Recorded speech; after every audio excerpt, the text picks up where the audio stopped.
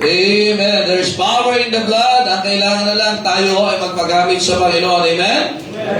Win the lost at any cost. Talagang kailangan. Kung ayaw natin, sabi nga, ministry na walang sacrifice or serving without sacrifice is not serving at all. Amen? Sino dito sa inyo may kinaadikan na dati? Kahit anong bagay. Brother Jia, parang may naalala ka. Ngayon, ang mga kabataan, iba na pinagkakaadikan. Dati kasi, yung laro sa labas, kahit walang kain. Iba naman ay bisyo. Iba naman ay trabaho. Ang bahay mo ay bakasyonan mo na lang. Amen? So, pero pag-usapan natin naman ngayon ay paano maging addict sa ministry. Amen? No? Wala tayong mga bisita ngayon. Amen? Di ba masaya? Masaya ba kayo? Hindi na masaya. Aba, iba ho, ano? Buksan na nila ang Bible. Basta kung sinasabi mo. Sa Bible po ito, mga kapatid. 1 Corinthians chapter number 16. Tayo po tayo lahat and grab a copy of the Bible or the Word of God. At maganda ho, lahat ay makikita po yan. Ano ho? Baka mamaya, tanongin pag-uwi. Anong pinag-aral simbahan? Maging addict daw eh. Lilumanagin natin sa ministry, ha? Amen? Alright, sige po. Kaya maunawaan niyo bakit yung mga awit natin is to challenge us, the services here. 1 Corinthians 16 and verse number 15. Nandiyan na po ba kayo? Okay, sige po. Babasahin natin siya hanggang verse number 22. Ayan. Well, our key verse would be on verse number 15. Verse 15, salitan po tayo. I beseech you, brethren, you know the house of Stephanas, that is the first fruits of Achaia. Now, makakada natin, mga kapatid, first fruits in the Bible, kung titignan natin yung development niya, first ay talaga yung mga unang inani. The next is, makita natin si Kristo is the first fruits. Amen? Christ is the first fruit. And also, ang mga unang bunga, or yung mga unang members ng church, they're also called first fruits. Now, as you can see in our time, yung nakakopya, nakabira pa ba kayo doon sa tawag dito, Church Covenant? You're part of the first fruits of the church. Ngayon, tao na. Dati, galing sa ngayon, tao na. Nakikinig ba kayo, ha? So, makikita rin. And that they have addicted themselves to the ministry of the saints. Oh, masama ba maging addict? Depende sa pinagkakaadikan natin. Mamaya, titignan natin definition po niya. This is verse number 16.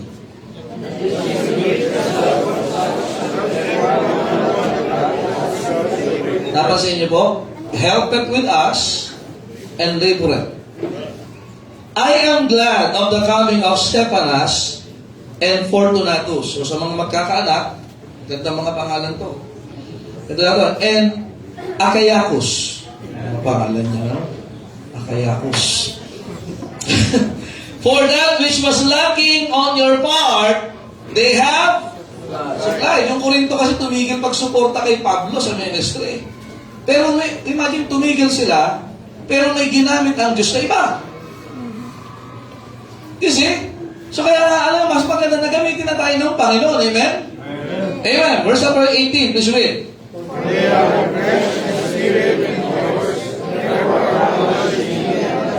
Amen. Kaya din yung mga tumutulong sa gawain, nakaka-refresh ng spirit.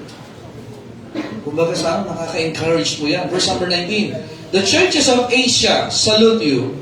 Aquila and Priscilla salute you much, notice that, much in the Lord, with the church that is in their house. Di ba naalala nyo, nagsimula din tayo sa bahay? It's biblical. It's biblical to start. Kaya katawag ito, house church. Kaya mga nagbibisyon, bakit ganon? Well, it's in the Bible. Kung ano available, tabing dagat, bahay, let's use it for God's glory. Kaya nga, maganda kung bahay mo nagiging kasangkapan para ang salita ng Diyos ay pangaral. Amen? Verse number 20, please read. Holy case. So makinig kayo, hindi natin ito kultura, ha? Nakikinig ba kayo? Ang mga Griego, ang mga Romano, kultura nila yan. Kaya sa Pilipino, anong kultura natin? Shake hands.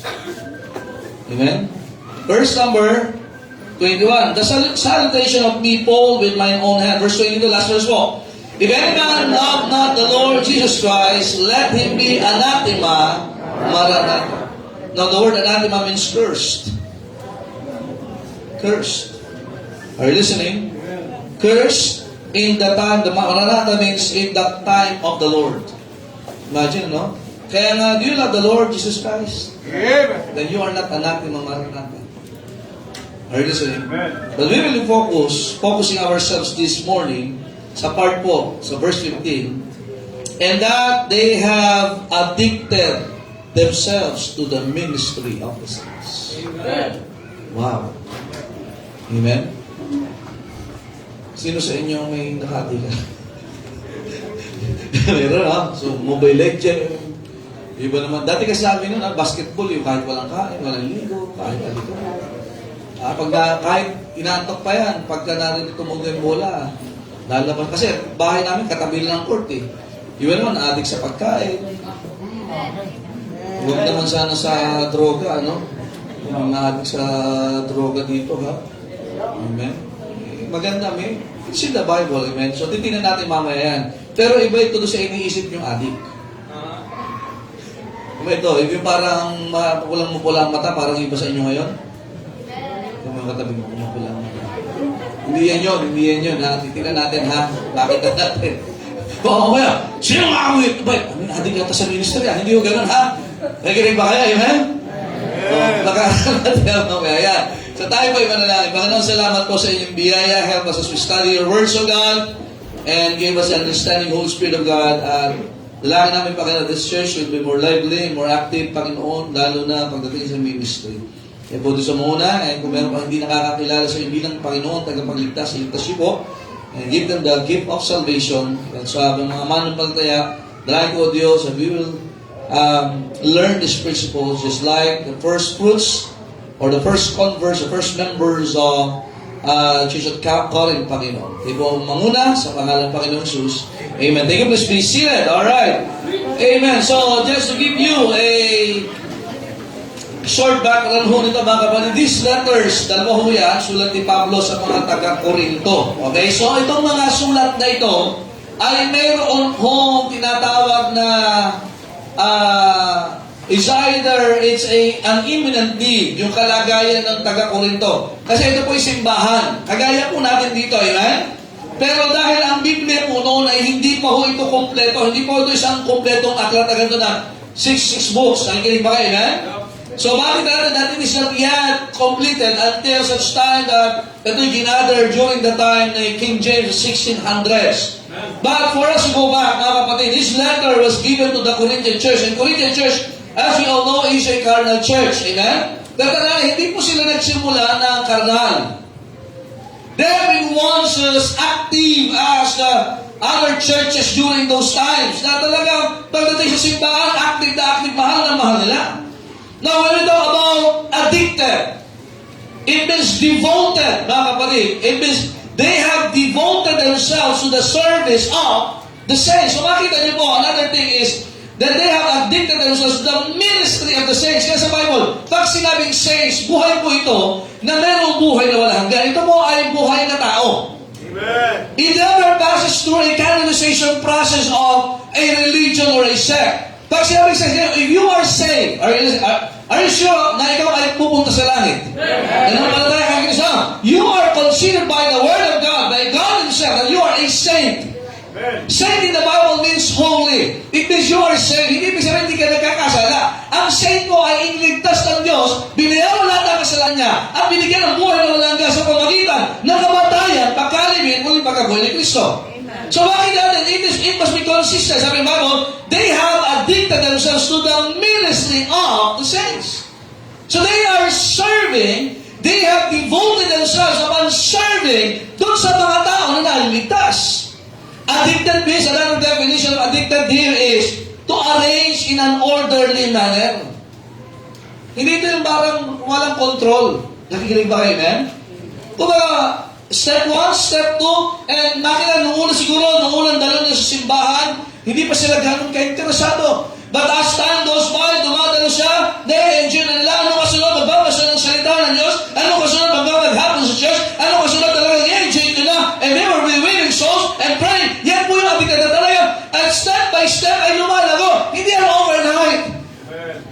say amen?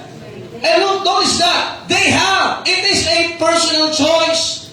It didn't happen accidentally. Hindi na para sabi, parang, ba't ka na-addict sa drugs? Wala, napasama ako. Aksidente kasi nga. Hindi ho eh. Pero it was planned, it was intentional. So bakit it was in an orderly manner? They are intentionally committing themselves to a specific task or role. Kaya sa ministry, mamaya kita natin definition ng ministry, so inilagay nila yung sarili nila doon. Nagagawin namin ito na sa mga bagong mananampalataya, kung hindi ka lumipataya ang langit, ang kailangan mo, tanggapin si Kristo. Intentionally, bilang iyong tagapagligtas. Tanggapin mo na si Kristo ang nagbayad ng lahat ng iyong kasalanan, siya ay namatay, inilibig at muling nabuhay para sa iyo. Hindi mo yan aksidente. Ang pagtanggap kay Kristo ay personal mong gagawin. No, ganun din. No, ikay tumanggap na kay Kristo bilang tagapagligtas. Ang pagpapabautismo ay unang hakbang ng pagsunod. Intentional din po yan.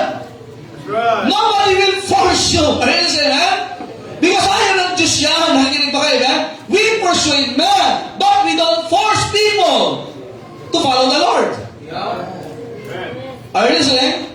Kaya gagawin mo dahil may salita ng Diyos. Now, our role now, with a sense of what? Discipline and consistency. Kaya pag sabihin addicted, naka-order yan, naka-ayos. Ano yung plano mo? Okay, saved ka na ngayon. Ano yung plano mo kasunod? Kailangan mo pa-baptize. Ay, baptize ako, basta anong plano mo? Mag-i-involve ako ngayon sa church, attendance muna. Try ko mamatay ng Sunday school nga. Okay, dati pa-absent ako, atin ngayon, next time, hindi. Pero, I will try na makadalo consistently. Pag sabi ko siya, tuloy-tuloy. Are you saying that? Amen? Hindi lang nangyayari overnight na talagang gusto mo na lagi mag-church. Okay, magbabasa ng Bible. Simulan mo muna doon sa Bible reading natin, 4 chapters. Ngayon, kung di mo pa kaya, Proverbs. Kung anong pecha ngayon, magbasa ka ng Proverbs. Ngayon, Proverbs chapter 1. And then at this such time, pamira, wala ng Bible reading, pero natapos mo ng Biblia mo ng diretso. Nandiyan ba kayo, amen? So that is what? Addiction in the Bible. Talagang you are committing yourself to that specific task or role na meron kang disiplina, talagang dire-diretso. Pag sinimulan mo, dire-diretso mo. Di ba yung mga nag-a-addict na sa maling addict, pag nasimulan nila, hindi nila mapigilan? Pero ito, mga kapatid, lalo na pagdating sa gawain ng Diyos. Now, ministry, okay, bakit natin? The word ministry means it is an act of service. So, meron kang gagawin. Na makinig kayo, pag sinabing tao, ito dito si Baal, when pertains out, paano din paglilingkuran ng Diyos? Through ministry. Because una, paano pupuntahan ng Diyos sa langit ngayon? Maliban na dumating tayo sa Hebrews 9:27. So if you want to serve God, it is through the ministry. Kaya ang Christian Bible Baptist Church of Veleta, ang meron lahat dito is the ministry of the church. Pag sabing ministry, meron ka talagang gagawin. It is an act of service. Alright, nakikinig ba kayo, man? Bago kayo pumunta dito, iba sa inyo may nag-follow up sa inyo through the week. Tama ba? May nag-pray para sa inyo. Amen? Pagdating nyo dito, may mukhang malinis naman yung lugar. Amen? Pagdating mo dyan, may upuan din naman dyan. Amen? Yung mga umawit dito kanina, nag-practice po yung mga yan. Amen? Yung mga tumugtog, nag-ensayo ho yung mga yan. Amen? Yung mga nag-a-assure sa inyo, kinakamay, pinapractice po ang ngiti. Paksin nyo. Sige, paksin nyo. Kasi minsan iba kalahati lang, 50% off, amen? May discount pa, ano? Hindi mo, tutuwa mo naman ang ngiti. Now, somebody na nalando sa inyo, may mga sacrifice sila, but it is an act of service. That is a spiritual support just to help somebody today na makarating sa church, makilala si Kristo, and we call that ministry. Nandiyan ba ko ba kayo, eh? Now, just to maintain itong building, not just, ministry also giving. Nakikinig ba kayo, eh? Binabanggit time, talent, and what? Treasure. So makita na anything na pwede kang maka-assist sa gawain ng Diyos to help somebody. Now, you may not know yung mga bata na nadala sa likod, but they are comfortable there. Hindi perfect. Pero, may mga teachers, yung mga teachers dito, walang bayad po yan. They're studying, working po. Pastor, wala pa silang ginagawa. Makinig ko kayo.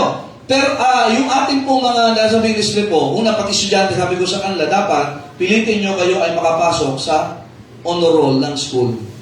Sabi yung honor, high honor, or ito na yung pagtamo ng principal. Amen? So, hindi po bulak-bol ang mga estudyante dito. Amen? But at the same time, nag-aaral sila, and yet they are ministering the people. Amen.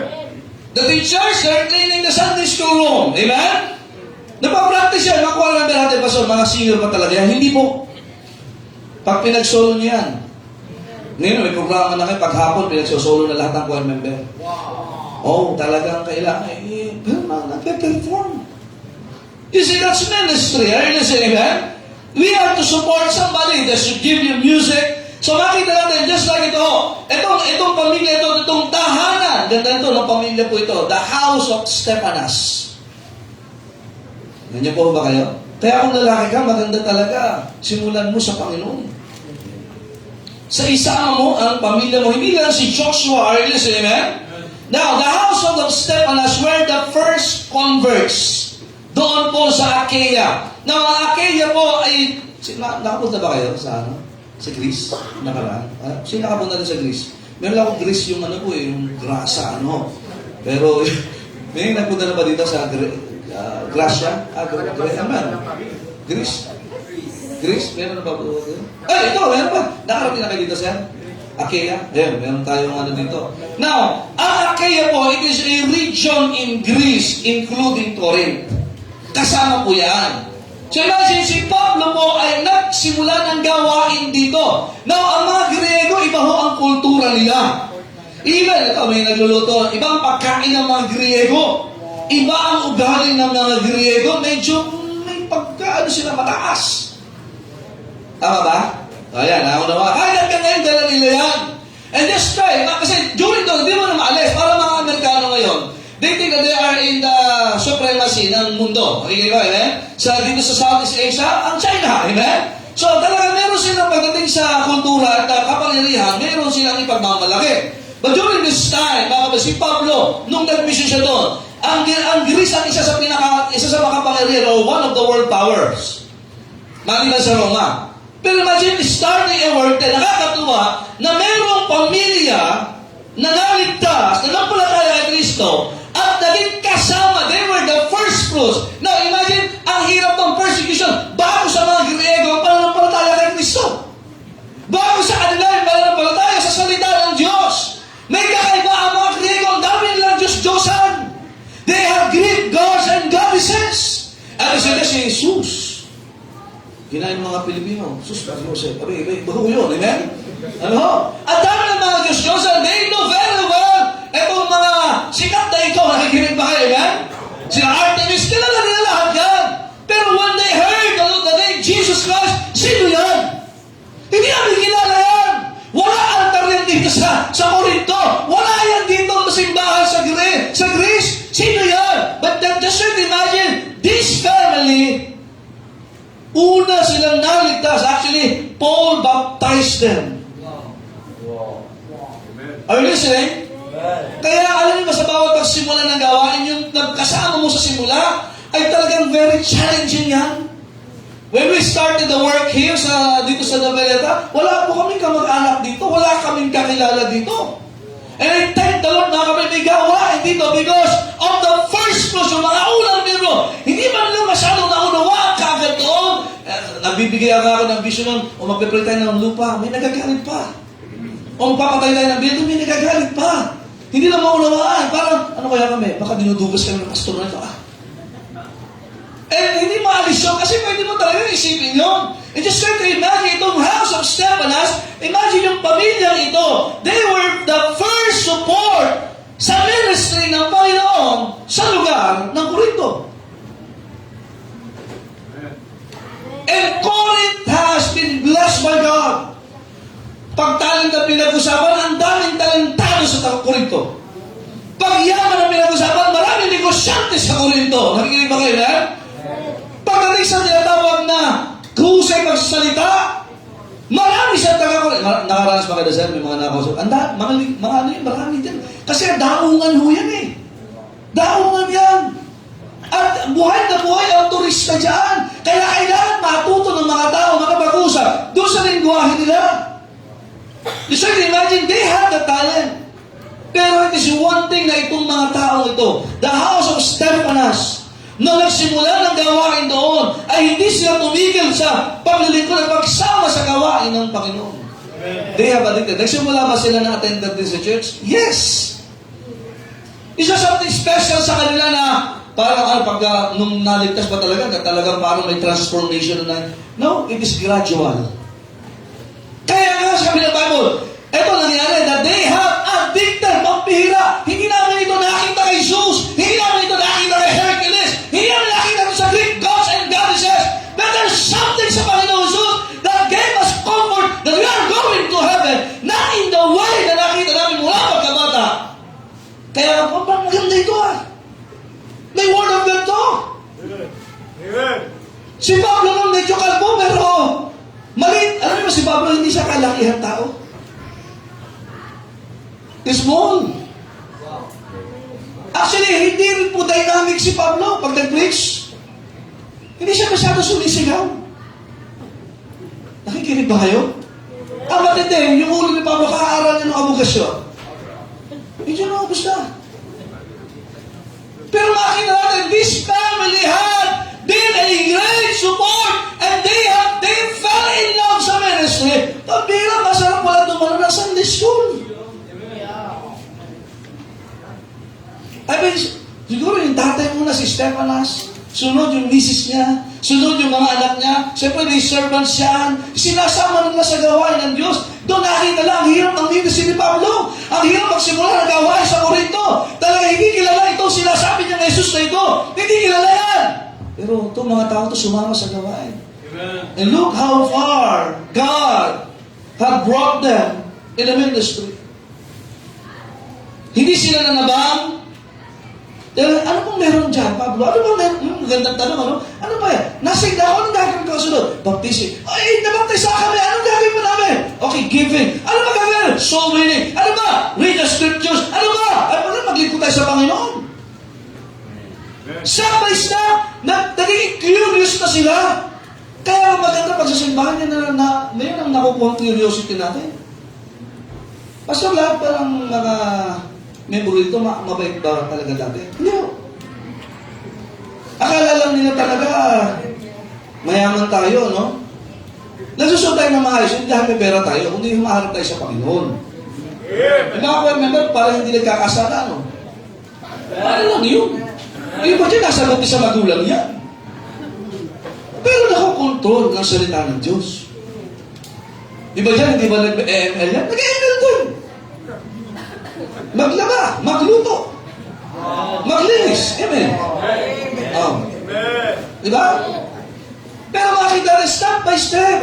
Kaya hanggang imagine, itong tahanan ni Stephanas, nag-enjoy sila. And people around them was what? Ano meron dyan?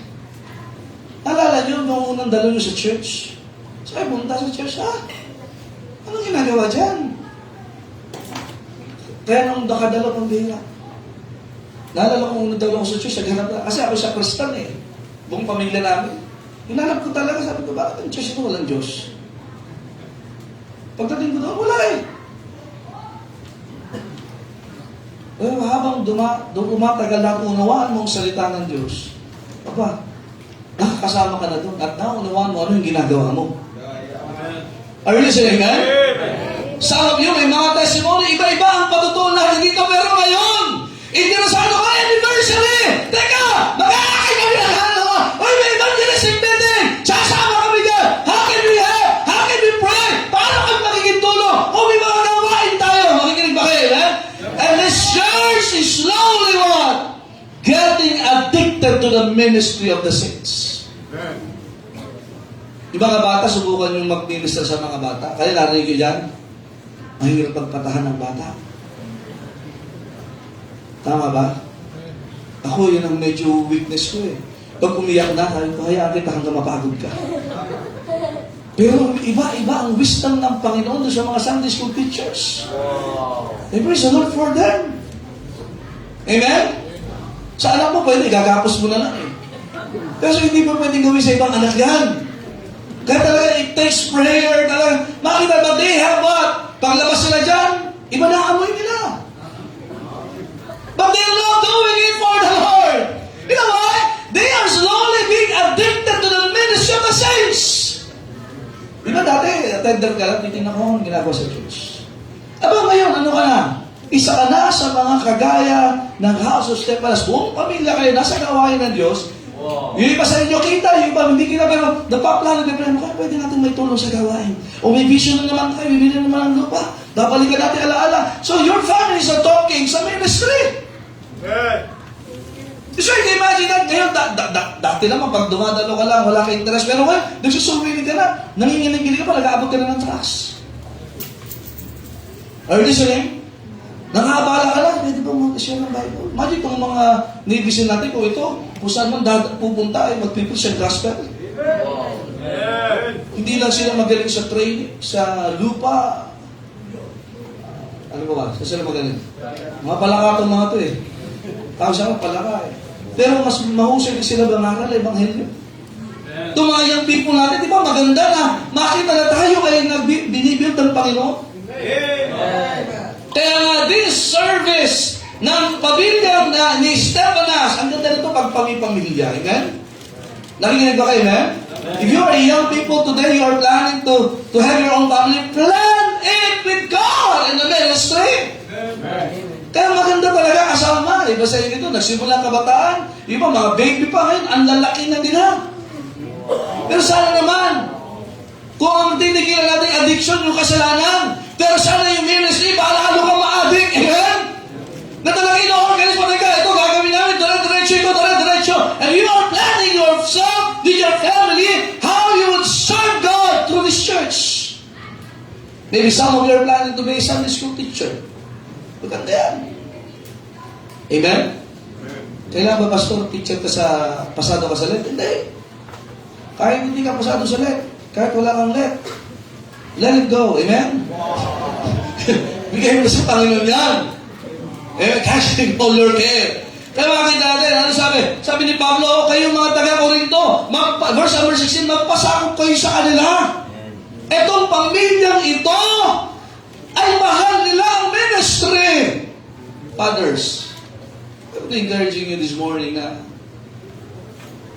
mag-start tayo maging addict sa ministry. Amen? Husbands. Amen? I-organize mo na yung family mo na mag-minister sa Panginoon. Are you listening? Amen. Kaya ang laki ng tulong nila. Now, let me give you 3 simple points. Mga kapatid, pagdating sa ano ba yung ministry na meron tayo? 3 lang po. Napakasimple lang. Ito lang po yung sinasama namin kayo.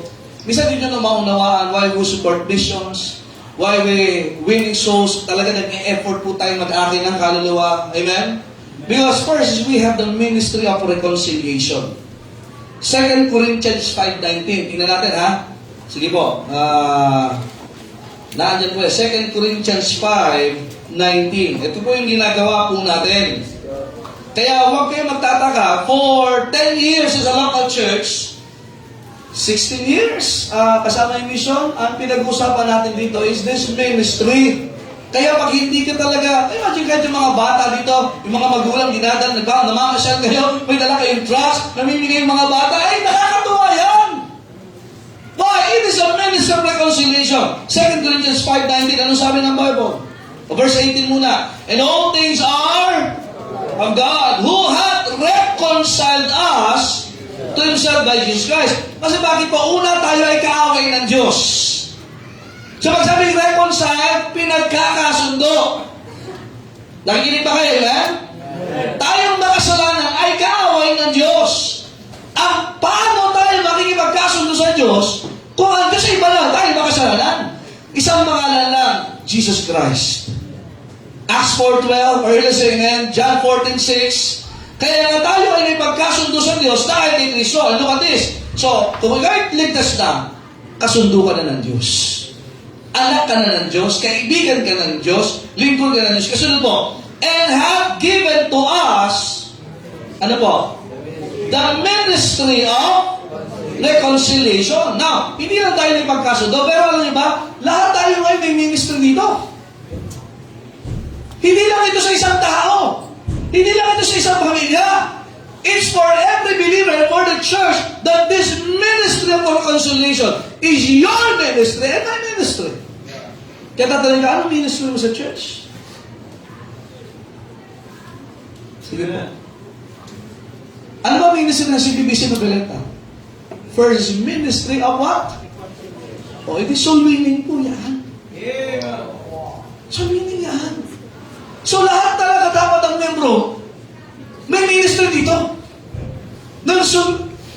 Soul winning is our main goal. Pero technically, this is a ministry.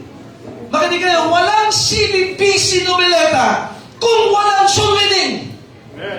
And we cannot call ourselves as a church of the Lord Jesus Christ kung hindi po tayo nag-aakit ng kaluluwa. Kaya nga dito lahat, natin, nag-i-invite tayo. Bakit kayo, di ba kayo nagtataka? Ang tagal mo maupo dito sa church. Anong purpose? Bakit ka nag-aaral? Para mahasa.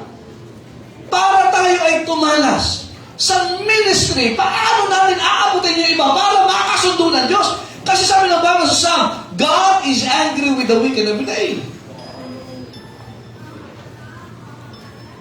At papunta sa impyerno ng taong makasalanan, kaya nga matindi itong ministry nito, kahit saan ito. Nandiyan po ba kayo? Bakit tayo ng mga series of lesson? Bakit tayo may Sunday school? Bakit tayo nag-aayos dito mga kapatid? Because of this ministry. Ang matindi nito, hindi mo kailangan gumraduate ang Bible school. Because this is the ministry of the church. Bakit tayo may friends Sunday? Bakit tayo may anniversary? Bakit tayo may choir? Bakit tayo nagpapatayo ng building? Because of this ministry. Kaya sa natin dadalhin yung mga tao. Kaya nga, soul winning is our main thing. Nandiyan po ba kayo, men? Kaya sa mga nag-invite po sa inyo, yung nag-invite sa inyo, naunawaan nila na ang ministry ay ang tao. Kaya pag sabi ministry, tao po yun eh. Amen. Amen? It's a building. Tao yan. Kaya ang tao iba-iba ugali. Huwag mo lang mahalin yung kaibig-ibig. Huwag mo lang dalhin yung friend mo. Kahit minsan yung mga tao na ayaw natin dalhin, kailangan natin dalhin because this is ministry. Tayo ang makasalanan, minahal ng Diyos eh. Romans 5:8, but God commended His love toward us in that while we were yet sinners, Christ died for us. Nung tayo makasalanan pa, si Kristo namatay para sa atin. Meron ba sa inyo dito handang mamatay para sa ministry of reconciliation? Meron, yung mga nagbimisyon. Nandiyan po ba kayo? Kaya saan naunawaan natin mga kapatid? That is the ministry. Kaya nga, Pastor, bakit ang pinag-uusapan natin? Soul winning. Anniversary, magastos. May evangelistic meeting pa weekly. Tapos, sa soul winning pa, bakit mga bata nag-aakit ng kaluluwa? Because that is a ministry. Ano ang trabaho? Kapag simbahan ito, ang pinag-usapan natin, business. Alam mo yung business pag kumita ng pera? This is no longer the ministry. We will be entering in the misery. Nandiyan pa ho ba kayo? Amen? The ministry of reconciliation. Everybody must win soul. Amen? Kaya nga bawat linggo may pagkakataon tayo. Bakit may friends natin tayo? But they realize, but the anniversary. Kasi nga, it's an opportunity para i-exercise natin yung ministry natin. Nandiyan po ba kayo? Sa mga bisita, sino yung mga first time po dito? Taas pa kamay. And tumanggap na po ba kay Kristo bilang tagapagligtas? Tumanggap na kaya kay Kristo? Amen. So, tiyak nila ang langit pag namatay kayo. Amen? So, hindi pwedeng kayo lang. Dapat abutin nyo rin yung iba. Amen? Kaya sa susunod na linggo, anong ministry mo? Ay, magdadala ako ng tao kay Kristo. Yan ang ministry. Hindi lang pag-awit. Bali wala ang pag-awit! Kung hindi ka nag-aakay ng kaluluwa. Bakit may pag-awit? Para ang tao makapakinig ng tama ng salita ng Diyos. Mayan tayong puso. Also, the next ministry, not just, number one, ministry of what? Reconciliation. So lahat tayo may ministry. Tama? Huwag sabihin, anong ginagawa mo sa church? Wala. Hindi ba yun? Lahat tayo. When you give, dapat ang mindset natin, I give because of the ministry of reconciliation. Dapat may mabuta. Kaya huwag kayo mag-offering kung hindi tayo nasusolvening. Huwag kayo mag-offering kung wala tayong discipleship. Kung wala tayong plano sa mga tao. Bakit tayo nagbibigay? Para wala lang. Hindi ganun, mga kapatid. If it doesn't involve the ministry of reconciliation, please don't give. But if it involves in the ministry of reconciliation, winning souls, discipling people, then definitely the question is, why are you not giving? Number two, not just the ministry of reconciliation, but also the ministry of the local church. Narito na, papasok na tayo dito sa simbahan. Nandiyan ba ho ba kayo? Sa simbahan, wala po tayong ginagawa dito hindi mahalaga. Ultimo, kahit yung mga nagwawalis dyan, lalo pa naman dito, sa sinimento, mahalaga po talaga eh. Ano? Amen? O, tingnan niyo po ito. Ephesians chapter 3, verse 21. Are you still there? Ephesians. Sige po. Kakapusin natin ito. 3:21. Unto Him be glory in the church. Alright? Nakita niyo po? By Christ Jesus, throughout all ages, world without end. Amen. Now, mahalaga ang church sa Panginoon. Now, ang church ay hindi po lugar. Ulitin ko ha. Ang church ay kalipunan ng mga taong ligtas, na bautismuhan, nagtitipon sa payak na oras, payak na lugar or address. Dala-dala ang sulat at ang espiritu ng dakilang tagubilin ni Kristo na humayo, mangaral, magbautismo, at magturo. Kaya pag sabi ano po, local church, tao pa rin po ito. Tao ho ba tayo? Okay. So pag may tao, may paglilingkuran talaga tayo. Minsan yung pinaglilingkuran mo, hindi ka gusto. Amen? Tama ba? Kaya naman, kung kayo po ay ginawa ng pabor ng mga naglilingkod sa Panginoon, magpasalamat naman po kayo. Ba, may nagluto para sa inyo. Ay, salamat ha, maalat. Eh, bakit man gano'n, amen? May nanunduman lang, amen? Pagkatutunan magpasalamat, amen? Kasi that is the ministry of the local church. Amen? Kaya makita natin, Ephesians chapter 4, verses 11 to 16. Tingnan nyo sabi ng Bible. Verse there? Tingnan nyo. And He gave, He that is God, He gave some, what? Apostles, and some prophets, and some evangelists, and some pastors, and what? Teachers. For what purpose? O, tingnan natin, ito yung ministry ng church, ha? For the perfecting of what? Pag sabi perfection, hindi ibig sabihin hindi ka nagkakasala. Wala ako dito. Galing tayo pare-pare sa kasalanan. Pero pag sabi perfecting, maturing. Nagmamature.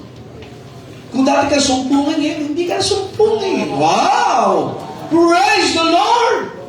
Na-perfect na. Di ba parang sa dati, may hindi yung nag-aaral ng taekwondo, di ba? Ang unang ginagawa niya, stretching eh. Tama? Hindi ka kayo, yeah! Hindi. Pina-perfect yan.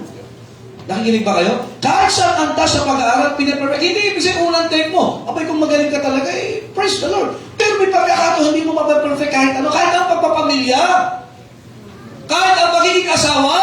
Pero habang tumatagal, may salita ng Diyos, dapat na-perfect yan. Nagmamature. Amen. Nakikinig ba kayo? Kaya ang isalita ng Diyos, para tayo nagmamature, hindi ka isip bata. Imagine, 60 years old na, 40 years old. Amen? Hindi ka ba maabala sa pagsasermon mo? Nakikinig ba kayo? Perfecting of the saints. Kaya dapat nagmamature. Amen? Hindi ka na-open pagka may nagtuturo ng salita ng Diyos. Hindi ka na-open pagka minsan may pagkakataon di mo gusto yung tao simbahan. Normal yun. Kasi magkakaiba po tayo. Pero sana, habang nagmamature tayo, ginugusto mo na yung salita ng Diyos. Kaya mamahalin mo na kahit yung hindi ka ibig-ibig. Ang tawag dyan, perfecting. Wow! Amen? Kaya ngayon talagang, hindi ka open ka. Ang isip mo na, I want to be a blessing. Yan. Amen? Paano ka makaka-encourage? O next, ano kasunod? For the... O, pag nagmamature ka na, ano kasunod? Pag nagmamature? Word of... O kaya nga may tatrabahuhin na kayo sa gawain. Talagang pag sabing gawain sa simbahan, may trabaho, may pagod, may gastos. May sakripisyo. Amen? Eh kahit sa bahay, ayaw mo ng tamad eh. Sino dito? Gusto, pastor, talagang pinagpipro ko yung anak ko maging tamad sa bahay. Yung talagang kahit lahat kami pagod na siya, nakaupo lang. Gusto ko yan, pastor. Meron ba? Yung kahit yung hugasan ng plato, ay kahit bagabundok yan, hindi siya kikilos kahit isang kilos. Hindi mo gusto ang tamad. Lalo na sa panahon na dapat may gagawin, dapat lahat may ginagawa. Kahit ang estudyante, hindi magandang tamad ka. Study is also working. Amen. Kaya may teacher pa na tuwan-tuwa, wow, ang galing ng estudyante ko, ang tamad mo. Model student. Pero ba ganun? Ayaw natin eh. Lalo na sa trabaho, lalo kung ikaw ay may business, ang gusto mo, yung business mo nag-advance, nagpo-progress, and the institution gusto natin is what? If it is time to work, you must work. Now, it is a high time, ano sabi ng John 9:4, sabi ng Panginoon Subiso, I must work the works of Him that sent me. One day the night cometh when no man can work. Nakinig ko kayo mga kapatid. Kaya ang ministry, pasok kayo ng batang titigil ng pag-anniversary. Pagbalik ng Panginoon, gusto mo na? But this church is what? Designed to work. And everybody must have a part to every work. Amen. Umalis ka sa simbahan, kita ba ang simbahan, kita wala nang ginagawa sa Panginoon. Lugi ang investment mo. Let me ask you a question. Ang dami natin ginagawa. Di ba dapat sumasama ka? Amen. Tingnan nyo, last December o January, may auditing. May auditing lahat ng company. Nakikinig ba kayo, amen? Eh kung i-audit kayo ng Panginoon ng buhay natin, anong ginawa natin last year? Anong binigay natin last year? Kaya siya ng Panginoon. Tapos, depende sa ginawa mo, yung tatanggapin mo ngayong taon na ito. Can we expect more from God? Ngayon nga sa mga gobyerno, di ba? Performance-based. Bon, siya mo sa mga private company, may ganyan din ba? Depende din, meron kayong quota. Eh, si Anthony, nagtatrabaho, talaga kailangan pinagsasabay ministry, tapos, madaling araw, kahit adik na rin to sa ministry. Oo. Si Anthony. Ang masipag yan. Nagkasabay, hindi na papabayaan. Working ho yan. Nakikinig ba kayo? Pero bakit gano'n? Hindi dahil may trabaho ka, hindi ka makapaglilingkod. Ito mga to, wala pang tulog to mga to. Yung mga naglilid natin sa evangelism meeting, makinig kayo, masipag yung mga yan. They're working. Namapromote pa kayo mga yan eh. Pero hindi dahilan na may trabaho sila. Papabayaan nila ang ministry. Hindi tama mga kapatid na ikaw ay nakikinabang ang kumpanya mo, nakikinabang ang gobyerno sa'yo, pero ang Diyos na aarapin mo araw di makinabang sa'yo. Kaya may option tayo eh. O sige, physically wala ka. O magbigay ka. O wala kang bibigay. Wala kang physically. Mag-pray ka. I-pag-pray mo naman yung mga gagawa. Palagay ko lahat tayo, kaya natin pag-pray mo yan. Tama? Ang problema nga, prayer na nga lang, di pa natin maibigay. Alam ba, si Kristo nga nag-pray sa Garden of Gethsemane, nagmistulang dugo yung kanyang pawis sa pag-pray. Iba naman sa atin, di pa naman prayer time, natutulog na. Oh. Work of the ministry. Ang simbahan na simulan, prayer and fasting. Marami yung prayer, wala nang prayer, puro feasting pa. Lahat ng ikonyo ka, nakainan mo. Lahat ng sa Evo City, nakainan mo na. Pero hindi mo, ano meron sa church kayo? Pabira! Pinag-pray mo yung anniversary natin? Pinag-pray ba natin first fruits natin? Eh, plano ba? Bumibigyan pa ako ng mga 40, 45 years? Pray ko, talaga pabi natin ito isang block na ito eh. Yung pagdating doon, isang time gate. Eh, posible ba yun? Eh, pahala ang Panginoon. Yun ang prayer ko. Para at least pagka, hindi na mo mag-aaway-aaway sa parking. Eh, pastor, di na bumalik kasi walang parking sa church. Nakikinig ba kayo, man? Mga kapatid, ano ang part natin sa local church? Tandaan nyo, pag membro kayo dito, hindi kayo membro sa iba. Dito ka kumuha ng bahagi. Ang matindi dito, lahat ng page ng ibang simbahan na-follow mo. Pero gawain dito, hindi mo follow, delay ka. Delay telecast. Ay, basta anong percent para natin? Opo. And we're praying na makasama kayo sa gawain. Kaya sa mga tumanggap kay Kristo, kapabaptize, pag nabaptize ka, member ka ng church. Wow, amen? So hindi ka na bisita. Kasali ka dito. Hindi ba kayo? Sino pa ang member dito? Taas ka kamay. O yan. So tayo ang host. Tama? Amen. Hindi tayo ang gripo. Amen? Tayo ang host. Ang Diyos ang gripo. Sabi ko. Kaya mga kapatid, part mo kayo ng local church. Amen? Praise God, maraming Baptist church. Amen? Pero dito kayo dinala ng Diyos. Dito ako dinala ng Diyos. So let's work together. Amen? For the edifying of the body of Christ. Imagine sa iyong involvement, may mga tumitibay. Ito lang, makita ka pa lang ng Sunday, magkita-kita tayo, nakaka-encourage din. Kaya pag hindi ako tarang, hirap ako kumamay ngayon, masakit kasi. Kalikot ako kasi. Pero nakita bawal sa, kamayin mo naman. Ilan na nakamayin mo kanina? Sige nga. Welcoming song ka lang, tamad-tamad ka ng umikot. Hindi ba kayo? Sige, ilan nakamayin mo kanina? Nabilang mo? Hindi pa naman tayo ganun karami dito. Palagi ka, kaya pa natin kamayin dito kahit mga 100. Wala eh. Basta meron ako isa. Yung dumaan. Kaya 100. Sige nga, mamaya, tingnan natin pagkatapos sa service. Kilala mo na lahat? Kilala mo na lahat dito? Kahit sa mukha man na, ito kapatid to sa Panginoon. Baka mamaya magbaranggayan kayo. Ay, member din ako to. Ako din member to. Bihira ako. Kaya kuha tayo, amen? Sa outreaches, tulong tayo sa gawain, amen? We're going to listen. Lastly, we are what? The ministry of the next generation.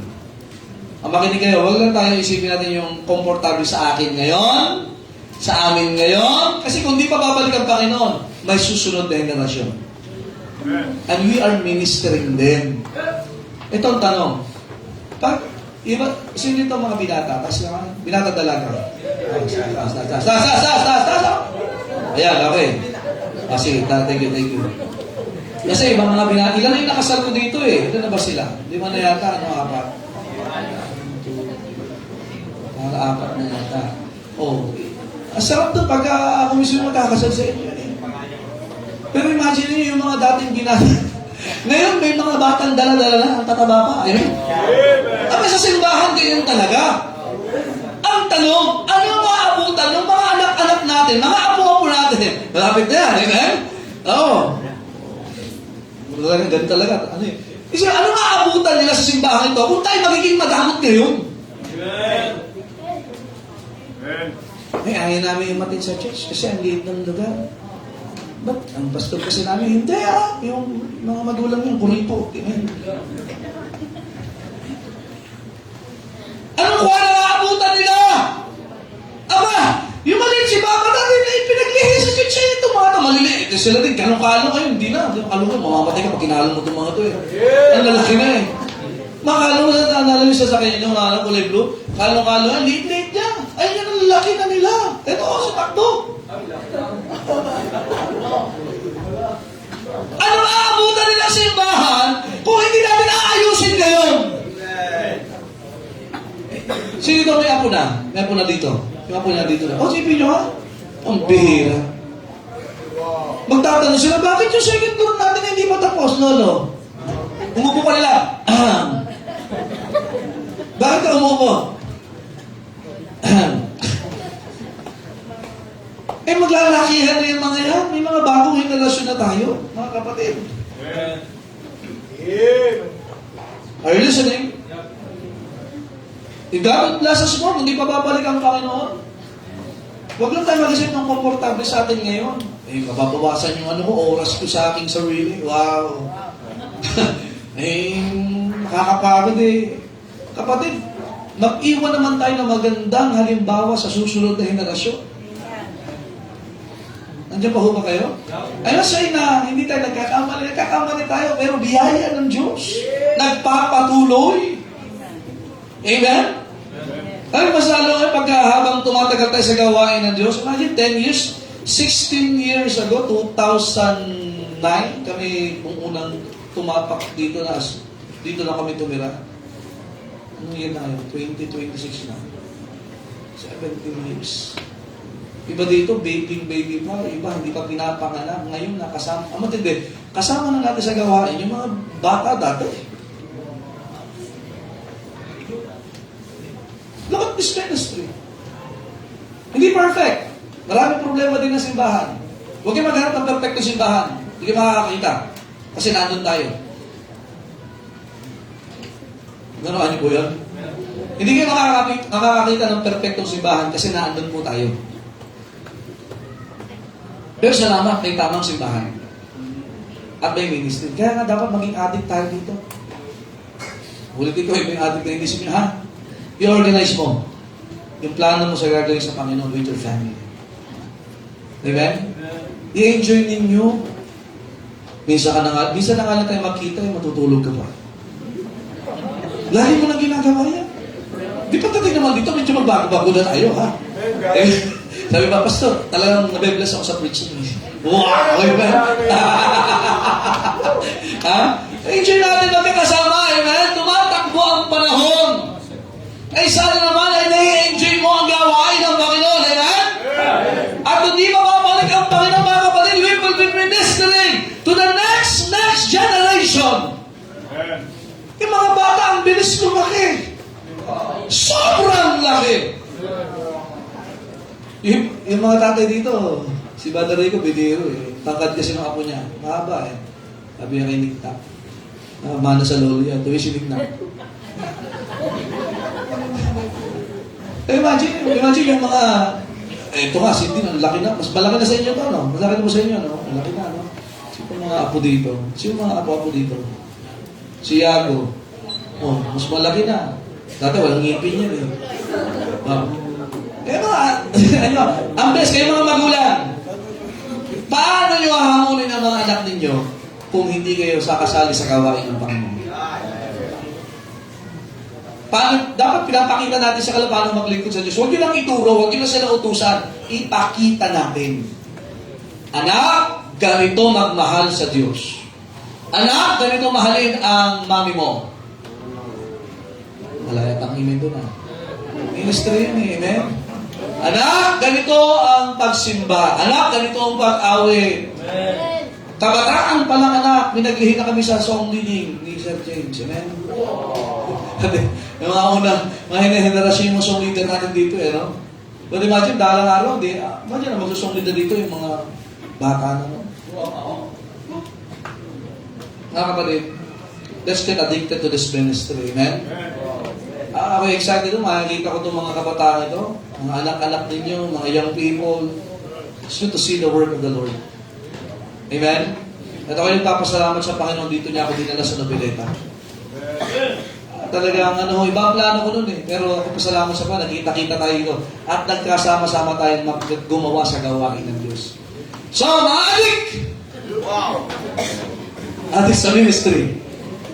Let's get addicted more. Mga anak ninyo, dali nila sa church kahit naiyak. Okay lang yan. Amen? Paglaki yan, huwag kayo mag-ila. Kayo lang, iiyak. Enjoy the ministry.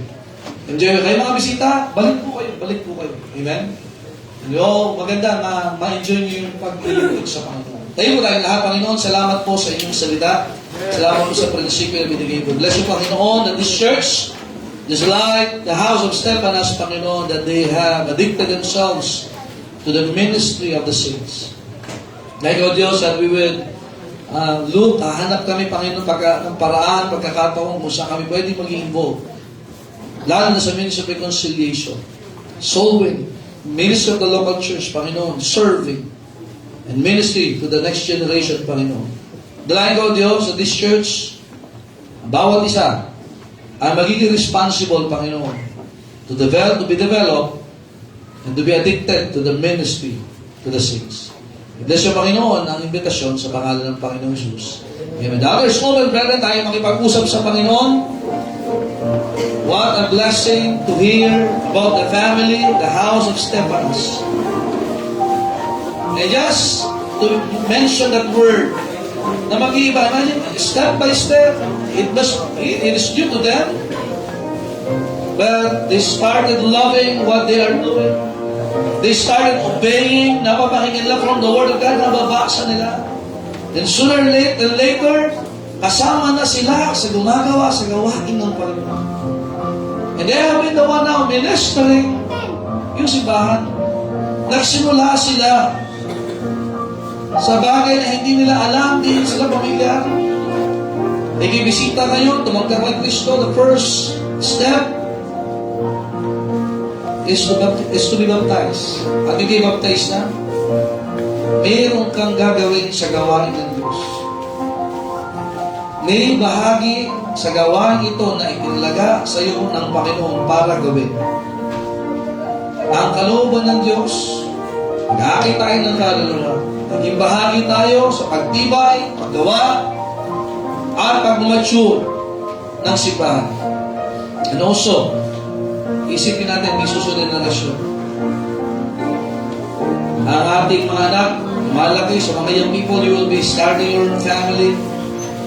Simbahan ito, we will be needing more assets in the future. Because as God blesses us, there will be more needs na kailangan po tayo.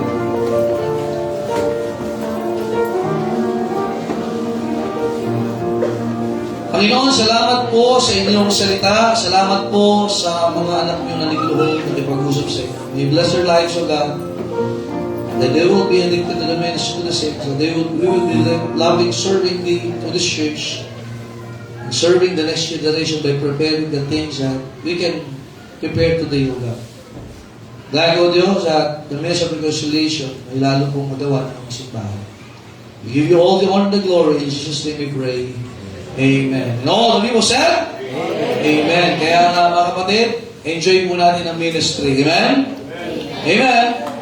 Ministry of reconciliation, ministry in the local church, and ministry for the next generation. Amen? So, buti, enjoy natin. Kaya dapat enjoy nyo. Pagdalo mo ay malaking tulong sa susunod na generasyon. Alright, are you happy this morning? Amen? May baptism ba tayo? Meron, praise the Lord. Amen? Yeah, ministry. May baptism weekly. Tayo po tayo lahat. Tayo po ay magwawakas sa panalangin, and I hope that nag-enjoy po kayo sa Word of God this morning. Amen? At isipin po natin ang maigi. Alright, tayo po ay mag-closing prayer. Let's pray, Panginoon, salamat po sa inyong biyaya sa umagang ito. Dalayan ko, O Diyos, na kayo po magpala sa mga salitang narinig ito. Yung buhay ng mga anak. At ingatan niyo po ang aming pansamantalang pag-iwahiwalay. At ingatan niyo po, bless niyo po, Panginoon, mga babiyahe, uwi sa tahanan. At dahil ko, Diyos, na makabalik ang inyong mga anak ngayong hapon para po sa mga gawain, Panginoon. Mga young people sa BYF, sa aming service po mamayang 4 o'clock. Bless you, Panginoon, ang bawat isa. Bless you po, Panginoon, ang mga desisyon at kayo po para sa bawat isa. Kayo po sa malulahati sa pangalan ng Panginoong Jesus. Amen! Amen! Are you happy, man? Amen! Makipagkamayan po. Ayan, at least kaya mo makamayan pa. Amen! Ayan. God bless mo. Mga bisita natin, kamayin natin at yung ating mga kapatid sa Panginoon. God bless and good morning. Enjoy your lunch time.